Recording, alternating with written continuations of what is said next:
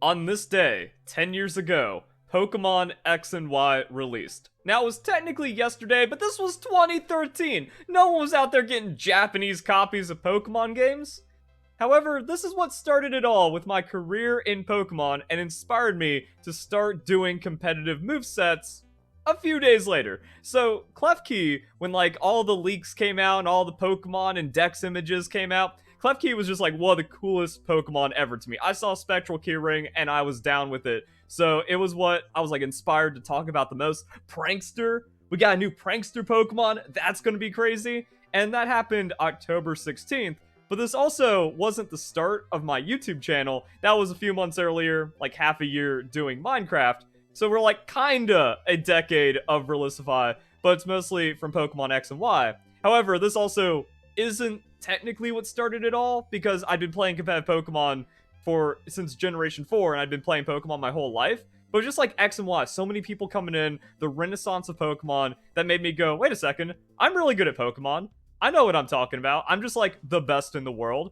I'll share that on YouTube since I'm already making Minecraft videos. Let's see how that went.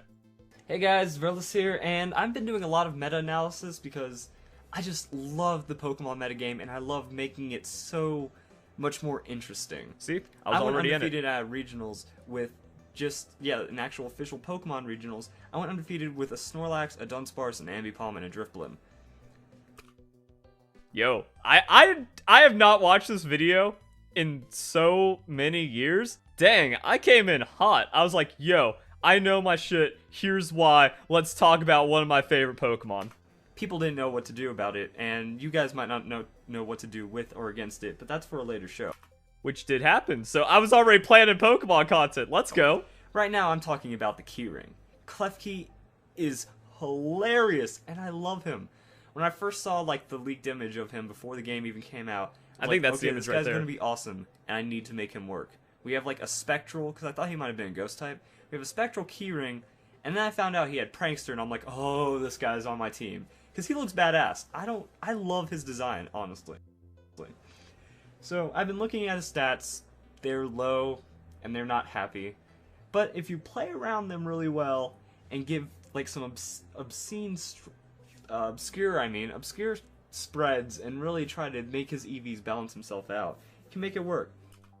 I came in with the theory. When I'm talking about balancing EVs, my core philosophy back then that carried me from like Generation 4 until Generation 6 got like more competitive and developed, and I think I even did this into Generation 7 because my Toxapex is like an even split. It's like, okay, whatever it takes to get the Pokemon to roughly equal defense and special defense is where you want to land. So that means like over-investing EVs compared to the defensive nature, and then you're just kind of ready for everything. That ignored a bit that the game skewed more defensively, and maybe I talk about that, because Pokemon is more physically weighted, but Mega's kind of brought that back, so yeah, you don't want to get chumped by like a weird damage number on a special attacker. So what I was thinking about is a careful or calm nature, you know, give that lower special defense a boost. Ooh, slight swing and a miss, because nature's on the lower stat is like inefficient. But I don't think you'll lose out if the Pokemon is like as close to Klefki is on the defense, special defense. That's kind of another part of the philosophy. Yeah, I'm just trying to think, like, how do I justify that? You don't, unless it's certain Pokemon. But also the tanks I played differently around it. It's my first video. I can't be 100% incredible. Only give it less EVs. So, you know, same idea. Give him the careful nature, put 64 special defense EVs in it. And then give 220 in HP and defense. 220 HP defense split. I was trying to think, was I cooking? But this was before EV theory came across. Also, we didn't even have the right stats for the Pokemon. Cut me some slack. So we go calm nature. We go 220 split. Rest into special defense. I mean, it does have the physical skew. Because we're 9187, it's not costing anything on the nature. But with Pokemon this low in hit points, you need the max hit points. Okay, I have to check the numbers. So we got 69.6, 76.1, overall effective durability, 145.7. Alright, so let's try to balance this out a little more. 252, 176, 80.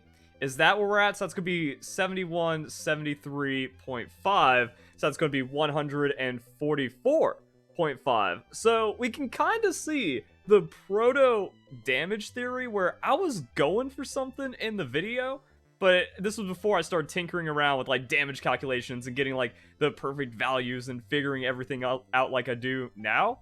And damage theory, or not damage theory, EV theory started coming in June 1st. So it didn't take that long.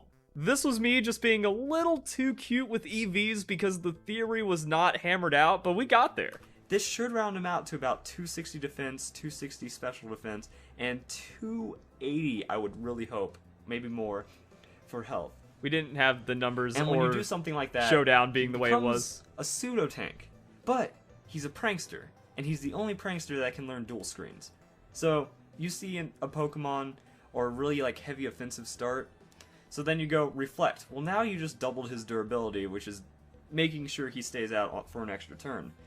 Then, I mean, dual screens is like so oppressive in Smogon right now. People want to ban it, so boom.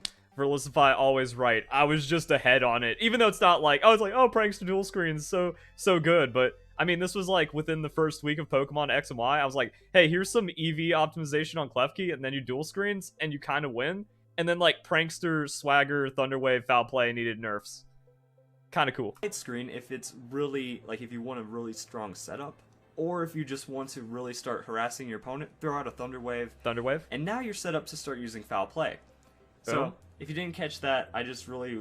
It wasn't swag play. I thought that was fraudulent compared to like all the other setups, even though that's what ended up getting nerfed. That was also just like super RNG where it's like swagger the physical attacker. They hit themselves, they're just destroyed. You throw a thunder wave on them.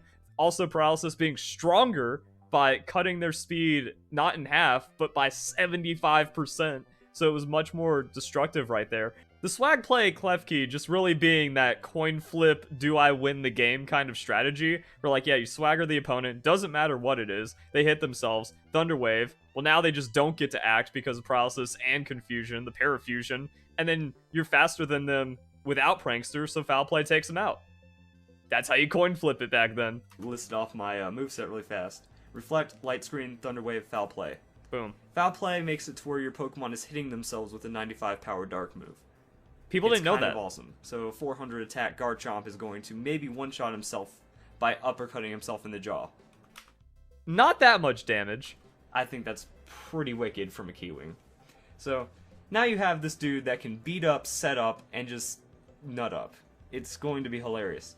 I've been also more or less thinking about him for double battles because I don't really care what Smogon has to say about Prankster Thunderwave because they say I came in hot, yo.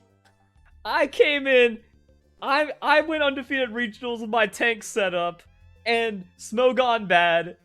Yeah, boy. Tornadus is banned, and they make a lot of obscure bans. Tornadus was banned in Generation 5? I don't remember that, and I was already against their bans. Like, the bans are stupid. Prankster, Thunderwave, whatever. Klefki is just fine, play it. Doubles Supremacy, because it's before, like... it's not even before, because the year before, 2012, Wolf and Rizzo had their hacked shiny legendary teams, and I was already, like, commenting on that personally, but not, like, going that hard into YouTube videos on it just yet. But I already knew that there was cheating in VGC. I thought there was a chance, especially on the 3DS before like hacking got crazy and stuff. Yeah, this was back when I was more doubles because it seemed like VGC was the development and growth of Pokemon esports, but that never happened. Also, yeah, this was a really big time where League of Legends was blowing up. We had the LCS and stuff. So it was like, oh, yo, esports is a thing. Pokemon gets in there and you're making a living off Pokemon. That just sounds like the coolest thing to me, so I'm going to make videos. And then it was all corruption, started by Cybertron, and then Ray Rizzo and Wolfie, and everyone became the cheating cabal of friends, and it's only gotten worse since then. Let's see what I have to say. If you're playing Pokemon rules, which are the regional rules, you're allowed to use a lot of the Uber Pokemon, and you're allowed to do some Drizzle, Swift Swim shenanigans. Also banned? Yeah, it's really hard to say. Swift Swim shenanigans. Swift Swim shenanigans. You're allowed to do those now. in regionals, and it's all going to be double battles. So I've been thinking about him in a double battle perspective as well. Kitty with keys. Keyring. You're in trouble because Aegislash gets an upwards of 450 in each defense stat, depending on how you play it. So I was thinking about making him a defensive tank with some special defense utility and health. That way he can survive Earthquake and Keyblade! I'm talking Keyblade, yo! Let's he go. can survive some huge hits. It pretty much makes him two-shottable. So you get a Swords Dance to buff up your attack into really high levels while being in shield form, which makes you really hard to kill already. And then throwing up Reflector Light Screen pretty much turns you from a 2-shot into a 4-shot, which means you are now a tank sword with a keyring just backing you up. After that, you can use Sacred Sword, Shadow Claw, or Shadow Sneak, and really just start to wreak havoc with damage while having a foul play backup. I was thinking about that as a pretty awesome start, but then I was also thinking, if you want to just be I went deeper. jerk, if you want the other person to just have a hard time, Tornadus Keyring, double Thunderwave Prankster first turn. Ooh! After that, you go Reflect, and then Tailwind, Light Screen, Sludge Wave, because Sludge Wave hits both of your opponents. And if you're still alive by then, you can start using Foul Play and then start getting some extra shenanigans in there. But most likely, since those two are weak, they're going to go down. You're going to have 2 fresh Pokemon under Tailwind going against paralyzed Pokemon, which are essentially just really weak. So now that means you either have a chance to set up really well with like a Swords Dance combo, like that's when I bring in Aegislash and maybe another sweeper Pokemon, you know, get a double Swords Dance, get a double stat boost, and then just proceed to use Tailwind to knock out the rest of their 4 Pokemon instantly. Yeah. Okay, yeah, that was also another big thing about the channel early on. It was a lot of doubles combos. I talked Keyblade, I talked Kitty with Keys, and then like those were their own strategy guides for just like doubles core strategies, and those did really well. But man, I was just going crazy where it's like double paralysis, foul play Sludge Wave, we're steel so it's okay, and then I don't even know what happens after that. And it all paid off because I beat the 2nd ranked player in the world, and that was like over a week after the game came out. So that was another amazing thing about Pokemon X and Y. Because the hacks weren't out, everyone was scrambling to get their Pokemon legit, and if you had more skill in breeding, which this also proves that there is a skill to training Pokemon, if you are more proficient, you do it faster, and you save more time and energy, which gives you an advantage over people if it is like if hacking doesn't exist in any capacity. Also, this is pre-Pokemon Home, so this kind of shows like, yeah, I was actually just the best Pokemon player ever at the time.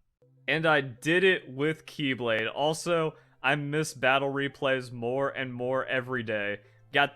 Man, I was holding it down, you know, we got Alakazam, needed a Mega, because Mega Pokemon probably wasn't correct on, like, the damage optimizations there, since, like, Choice Specs just better, kind of, but also Mega. We gotta maybe take another look at some of the Mega Pokemon through damage theory. We already debunked every Mega Lucario ban logic. Physical setup, we had Alakazam to hold it down, Snorlax just goated, and then screens Klefki with some disruption, and I beat the 2nd ranked player. A lot of my first videos looked like this, but then started like getting a bit more editing where I was like typing out the actual move sets and EV spreads over it, because this is just like the first one I tossed out there. So you actually had to like watch the entire video, and you can even see like the replay spikes where it's like, wait, what do you say for the moveset? What do you say for the EVs? And then I just kind of rambled on about strategy after this. Hey, some things never change. Great. And then we got a bit more clean Keyring 2 January. So when also Pokemon Showdown like updated all their stuff. It is kind of the same now to where like even for the first week after a Pokemon game happens with the data mine and all that, Pokemon Showdown isn't going to like fully update, so it's still a lot of manual tinkering for the numbers. But then we got 240 hit points. That might have meant something for like level 50. I think that could have also just been easier EV training. And then this is when I was just like, wait a second, this is Curse Amnesia, but with Prankster. Unfortunately, we don't have Sustain built in, so it gets kind of... Like, we know this Klefki, where it's like, okay, I need less defense because we're going to be going Iron Defense, more special defense because we're, like, Calm Mind is only +1 compared to the +2, and then we Draining Kiss out, and this could sweep. And we got a couple sweeps with it, and it was pretty awesome. So that's January. We were already doing some moveset revisits, but then we got the video, October 30th, same month that X and Y came out. Smogon rules are not official or competitive. Again, I came in with the fire. And that's like another weird thing when I see a comment from someone's like, you changed Verlisify.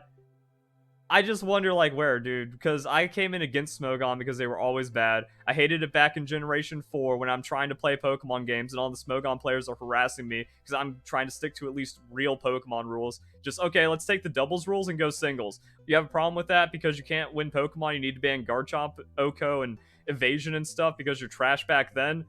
Whatever. And Smogon was way more prevalent and way more aggressive with the rules. This is when the players were like, yeah, these are the official Pokemon rules, even though they aren't official, which was why I was saying that. And it's not competitive because when you change the rules that much, you just create a casual environment for babies. And that was one of my biggest pet peeves because 90% of the Pokemon community thought Smogon were the official rules. And then if you try to go against that with, like, actual Pokemon rules, then you're just getting in fights and arguments 24/7, and Pokemon isn't fun. I guess Pokemon isn't fun now because of all the cheating, but it was a different kind of not fun because the community has always been trash. But when people are like, oh, don't call out things, or oh, why are you against Smogon? You're just doing it for the clicks, you're just doing it for the drama. It just kind of shows like how much everyone in the Pokemon community has become an idiot. It's all just NPCs. They don't even know why they hate me. I beg for an example of a single thing I've done wrong. I never get it. And then like it just kind of keeps on going on. But it's also those people like, oh, I've been watching since X and Y. I've been watching since Pokemon Sun and Moon. You changed. Why are you all hateful now? I came in with the fire because it's not drama to state the truth.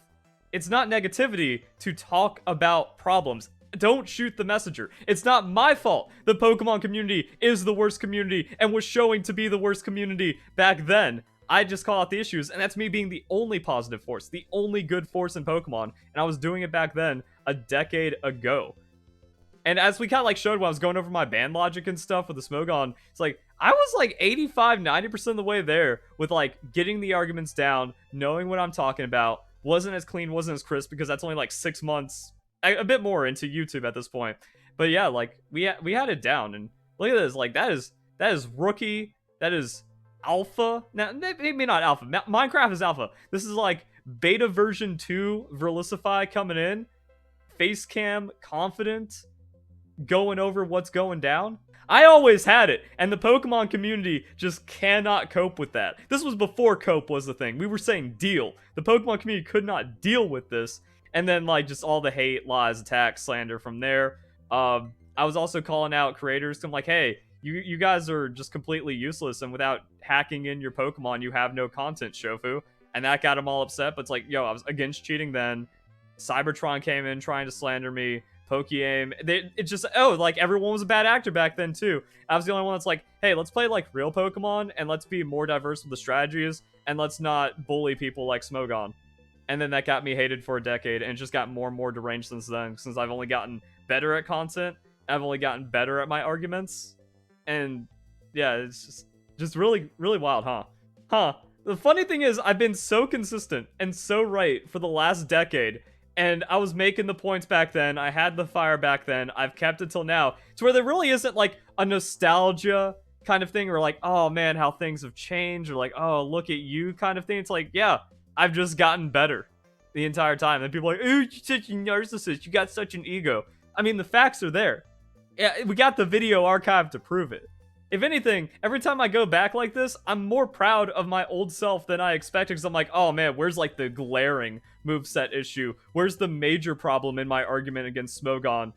But no, like, it was just like really minor stuff, and it was mostly because I didn't have the experience with how stupid and toxic the Pokemon community was, and that's what had to like steelman all my arguments to be completely bulletproof now. Yeah, people are like, hey, why don't you just say like, oh, steroids or proxies when making the anti-hacking argument in Pokemon? That's because the stupidity of the Pokemon community is too strong. I've tried to make those already, they just reject them. So you really have to dismantle it. Like, okay, blood doping does not give you any form of advantage for strength, and it's only training, which is more of a mirror to competitive Pokemon training than direct steroid comparison. So that makes them even more deranged and have to do more mental gymnastics to get around the even harder, better arguments and facts. So yeah, there's no room for a soft retrospective. GOAT means greatest of all time. The time back then and the time now. Hope you guys enjoyed the video. Hope you all have a nice day. Thank you very much for watching.